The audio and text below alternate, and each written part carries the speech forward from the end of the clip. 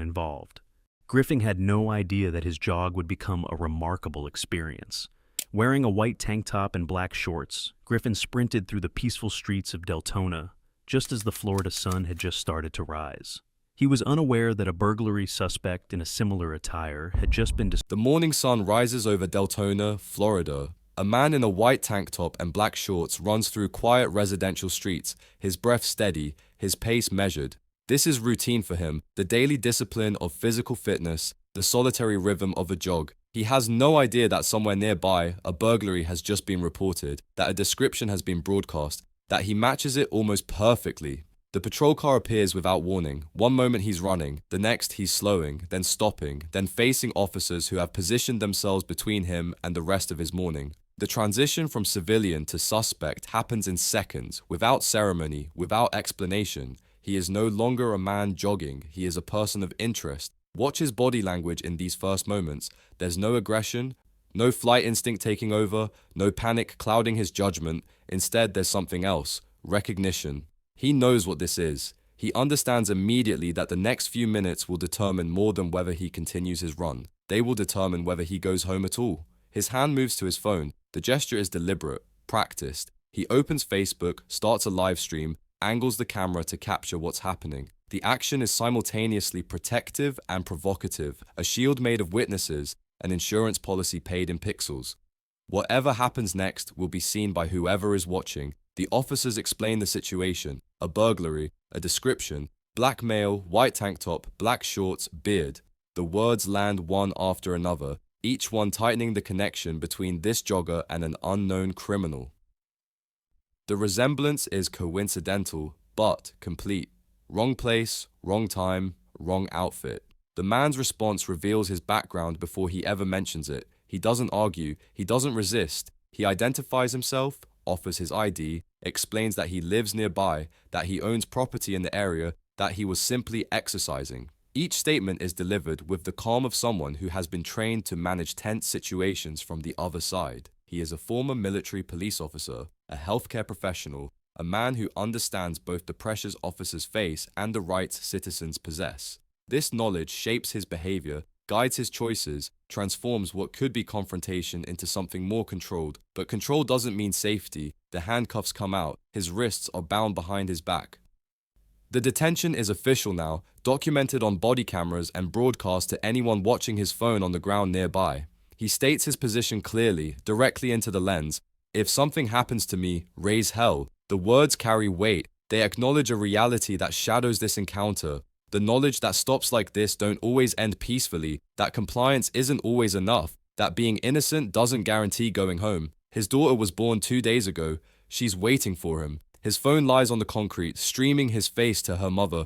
7 patrol cars arrive. The number is significant, not because the situation requires it, but because of timing. Shift change, officers coming on, officers going off, everyone converging on the same location. The visual is overwhelming. A single man in handcuffs, surrounded by vehicles, outnumbered and outgunned despite having done nothing wrong.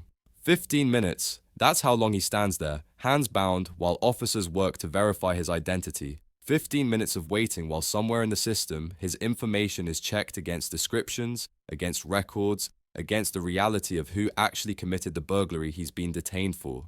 The officers remain professional. One of them speaks with something approaching empathy, explaining the situation, acknowledging the difficulty, promising that if he's not the suspect, he'll be released. The words are meant to reassure, and to some degree they do. But reassurance doesn't remove handcuffs. Understanding doesn't restore freedom. The man on the ground, the phone streaming his ordeal, keeps his voice measured. He doesn't escalate, he doesn't accuse, he does something harder, he communicates. He tells the officer he's scared, that with everything happening in the country, this feels dangerous. The admission is vulnerable, honest, the kind of statement that bridges the gap between uniform and civilian. The officer responds in kind. He acknowledges the fear, validates it, promises to protect him. The exchange is remarkable for its mutual recognition. 2 men on opposite sides of a detention, both aware of the larger context, both trying to navigate it without adding to the tension. This is where background matters. The detained man isn't just cooperating because he's afraid. He's cooperating because he understands. His years as military police gave him insight into how officers think, what they fear, what behaviors trigger escalation. He uses that knowledge strategically, presenting himself as non-threatening while maintaining his dignity. The officers, for their part, recognize something in him: his composure, his clarity, his willingness to comply without surrendering his self-respect. One of them comments on it explicitly, noting how cooperation has kept the situation calm, how different choices might have led to different outcomes. The statement is true but carries uncomfortable implications. The suggestion that the detained man's behavior is responsible for his own safety. Meanwhile, the investigation continues. Somewhere, a witness is being questioned, a picture is being obtained, the actual suspect is being identified through surveillance footage and descriptions that, once compared to the man in handcuffs, will prove he's not involved. The process works slowly, bureaucratically, while a father with a newborn daughter waits to learn if he'll go home. The moment of verification arrives quietly. An officer approaches with news. The witness description doesn't match. The clothing is similar but not identical. The surveillance footage shows someone else. The system, having detained an innocent man, now prepares to release him. The handcuffs come off. The relief is visible in his shoulders, in the way his body relaxes, in the breath he releases. 15 minutes of uncertainty ends with confirmation of what he knew all along. He was just a man going for a jog, caught in circumstances he couldn't control. The release could be the end of the story. An innocent man detained, then freed. A mistake made, then corrected. The system functioning imperfectly, but ultimately arriving at the right conclusion. Many such encounters end with nothing more than a shrug, an apology, a return to routine.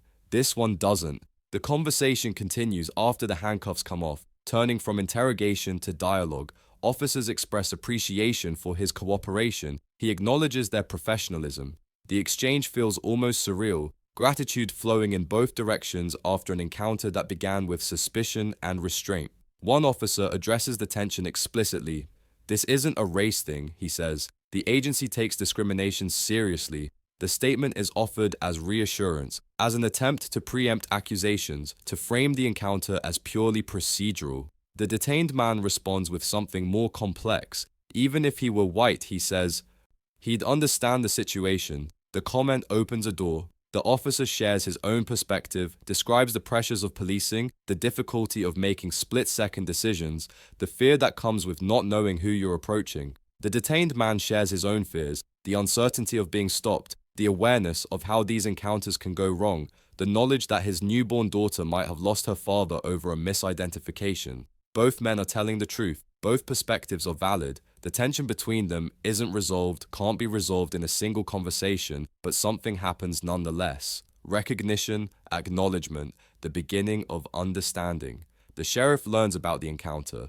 Mike Chitwood, Volusia County's top law enforcement official, reviews the footage and sees something unusual, not a complaint to manage or a lawsuit to prevent, but an opportunity. He reaches out to the detained man, apologizes for the confusion, compliments his handling of the situation. Then he makes an offer, a job, 40 openings in the department, difficulty recruiting in the current climate, and here's a man with military police experience, healthcare training, and demonstrated composure under pressure. The offer is genuine, a recognition that the man in handcuffs might be exactly what law enforcement needs. The man declines. He's content in medicine, satisfied with his career, not looking to change paths. But he accepts something else, an invitation to help with training, unconscious bias education, helping officers understand what it feels like to be on the other side of a detention, to be stopped for matching a description, to wait in handcuffs while strangers determine your fate. The transformation is complete. An encounter that began with suspicion ends with collaboration. A man who was detained becomes a consultant. A moment of potential conflict becomes a teaching opportunity. The footage that might have documented tragedy instead documents something rarer. Two sides finding common ground. The detained man addresses his phone one final time before ending the stream. He thanks the officers, specifically the one who promised nothing would happen to him. He acknowledges the mistake, wrong place, wrong time, without minimizing the fear he felt. His voice is steady, his message clear. This is how it can go when everyone chooses to de-escalate. The screen goes dark. The morning continues. Somewhere in Deltona, a father returns home to his newborn daughter, his jog interrupted, but his life intact. The system made a mistake and corrected it. The people involved made choices that prevented the mistake from becoming catastrophe.